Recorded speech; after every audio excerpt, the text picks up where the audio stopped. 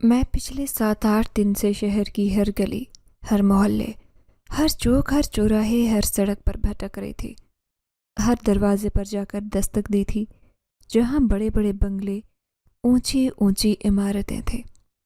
ہر بار جب میں کسی بنگلے کی بل بجاتی یا دروازے پر کھڑے چوکیدار سے پوچھتی کہ یہاں کام والی کی ضرورت ہے، تو یا تو چوکیدار مجھے اوپر سے نیچے تک حقارت سے دیکھتا اور جھڑک کر کہہ دیتا کہ یہاں نوکری کی کوئی گنجائش نہیں ہے، یا پھر مجھے دھتکار کر دروازے سے ہٹا دیتا۔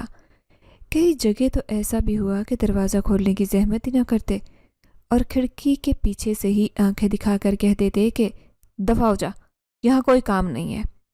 دن گزرتے جا رہے تھے اور میرا حوصلہ ٹوٹتا جا رہا تھا۔ اماں کے آنسو میری آنکھوں کے سامنے گردش کرتے رہتے۔ ننھے بہن بھائیوں کی بھوک سے پیلی پڑتی شکلیں مجھے رات بھر سونے نہ دیتی۔ دل جیسے مایوسی کے اندھیروں میں ڈوبا ہوا تھا۔ اس دن جب میں سورج کی تپش، گرد و غبار اور تھکن سے نڈھال سڑک کے کنارے بیٹھ کر سوچ رہی تھی کہ اب کہاں جاؤں، کہاں سے پیسوں کا بندوبست کروں، کسی کے سامنے ہاتھ پھیلانا بھی اب بھاری لگ رہا تھا، تبھی ایک اجنبی آدمی جو پاس سے گزر رہا تھا، اس کی نظر مجھ پر پڑ گئی۔ وہ رک کر کہنے لگا، او لڑکی سنو، وہ سامنے بنگلہ نظر آ رہا ہے نا، اس میں کام والی کی ضرورت ہے۔ دیکھو دروازے پر اشتہار بھی لگا ہوا ہے۔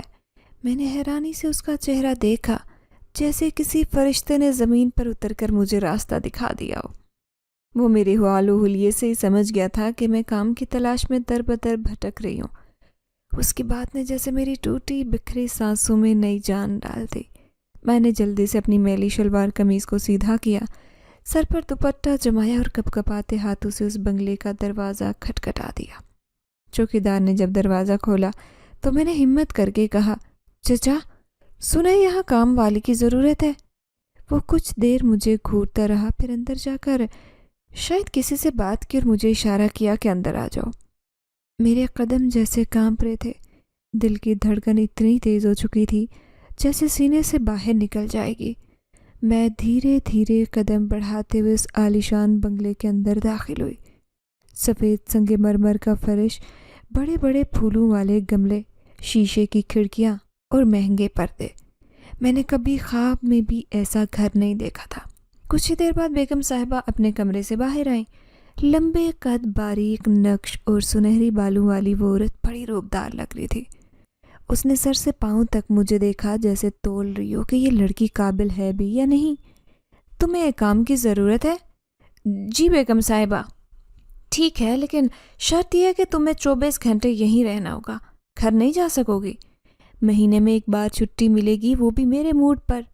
یہ سنتے ہی میرے قدموں تلے سے زمین نکل گئی۔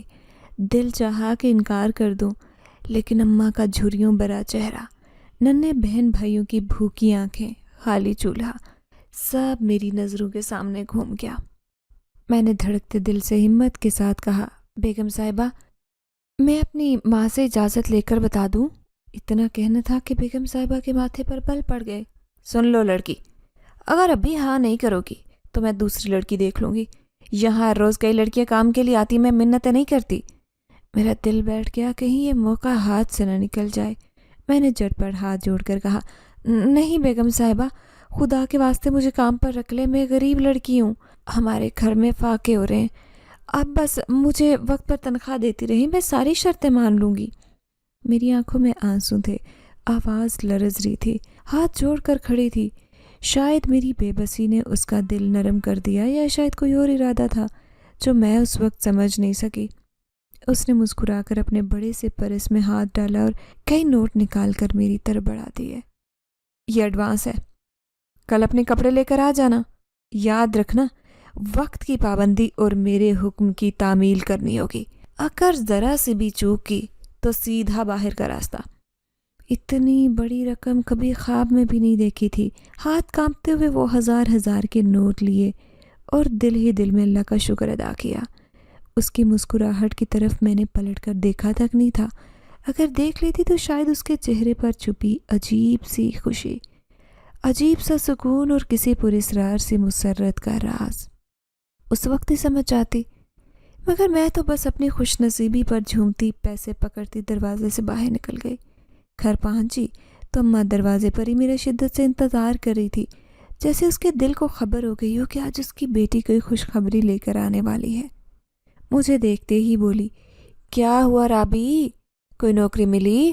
میں خوشی خوشی اماں کے ہاتھ میں ہزاروں روپے رکھ کر بولی، اماں نہ صرف نوکری ملی بلکہ ایڈوانس تنخواہ بھی، یہ دیکھ سارے 1000 کے نوٹ۔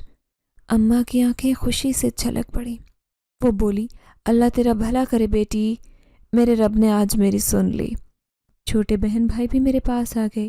ان کی بھوک سے کمزور آنکھوں میں پہلی بار چمک نظر آئی۔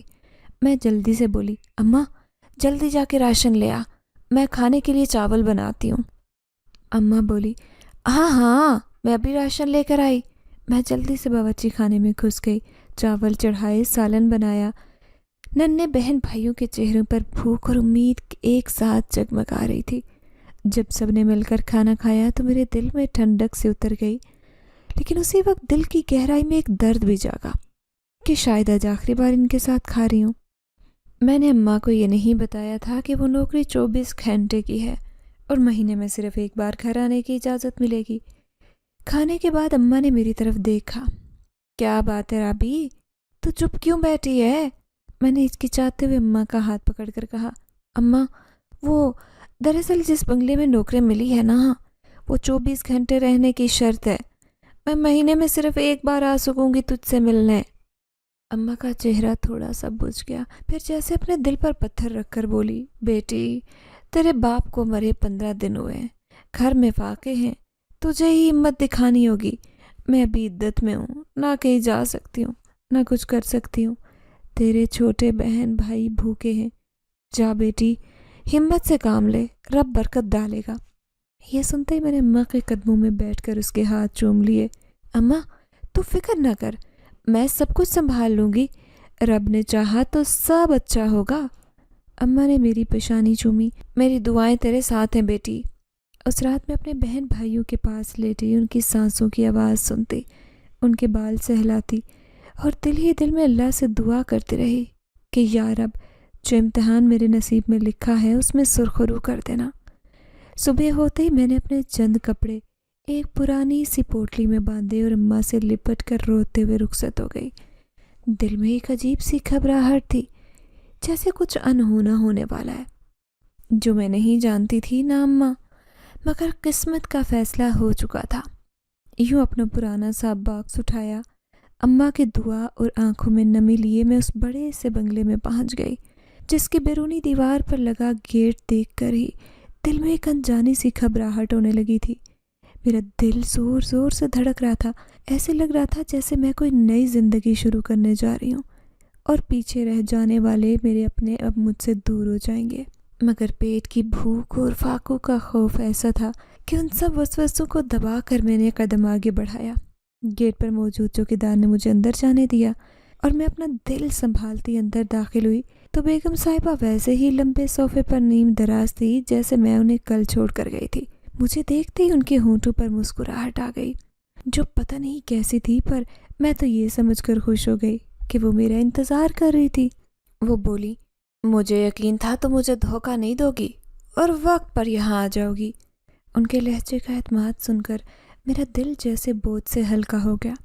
میں نے سر ہلا کر کہا، جی بیگم صاحبہ، تو انہوں نے ہاتھ کے اشارے سے مجھے قریب بلایا اور بولی، جاؤ سرونٹ کوارٹر میں اپنا سامان رکھ دو، پھر کام سمجھاتی ہوں۔ میں سر ہلا کر سامان گھسیٹتی سرونٹ کوارٹر کی طرف چل دی۔ وہاں جا کر دیکھا تو ایک چھوٹا سا کمرہ تھا جس میں پرانی سی چارپائی اور کونے میں لوہے کی ایک پیٹی رکھی تھی۔ کھڑکی پر میلی سے جالی لگی تھی جس میں سے آدھا دن کی روشنی اندر آ رہی تھی۔ کمرہ دیکھ کر تو مزید میرا دل بوجھ گیا، پھر اپنے حالات یاد کر کے چپ چاپ سامان رکھ دیا۔ ابھی میں اپنے کپڑے سمیٹ رہی تھی کہ برابر والے کمرے کا دروازہ کھلا اور ایک درمیانی عمر کی عورت باہر نکلی۔ اس کی نظریں مجھ پر ایسے جم گئی جیسے میں کوئی دشمن ہوں، یہ شاید وہ میرے یہاں آنے سے خوش نہیں تھی۔ اس کی نظروں میں جو اجنبیت، حسد اور بیزاری تھی وہ صاف محسوس ہو رہی تھی۔ میں اس کی نظریں نظر انداز کر کے جلدی سے باہر نکلی۔ بیگم صاحبہ صحن میں ٹہل رہی تھی، مجھے دیکھ کر بولی، تمہیں صفائی کے لیے رکھا ہے، سب سے پہلے میری بیٹی کا کمرہ صاف کرو۔ میں نے ادب سے سر جھکا لیا اور ان کے بتائے ہوئے کمرے کی طرف چل دی۔ ابھی بمشکل 2 قدم ہی بڑھے تھے کہ بیگم صاحبہ نے پیچھے سے آواز دے کر روکا۔ اچھا سنو لڑکی، تمہارا نام کیا ہے؟ میں نے پلٹ کر کہا، بیگم صاحبہ میرا نام رابیل ہے۔ یہ سن کر بیگم صاحبہ کا چہرہ ایک دم ساکت ہو گیا، آنکھوں میں حیرت اور لبوں پر ہلکی سی سنجیدہ مسکراہٹ آ گئی۔ ان کے تاثرات مجھے ذرا عجیب لگے، لیکن میں سمجھی شاید یہ نام مماثلت کی وجہ سے ہے۔ وہ جلدی سے بولی، اچھا ٹھیک ہے، جاؤ جلدی کمرہ صاف کرو۔ میں چپ چاپ کمرے کی طرف بڑھی۔ جب دروازہ کھولا تو جو منظر سامنے آیا اس نے میرے قدموں سے زمین کھینچ لی۔ ایک نہایت حسین دودھ جیسی سفید رنگت والی لڑکی بستر پر لیٹی ہوئی تھی۔ اس کے لمبے کالے بال اس کے شانوں پر بکھرے ہوئے تھے، آنکھیں بند تھیں، سانسیں ہلکی ہلکی چل رہی تھی جیسے بیمار ہو۔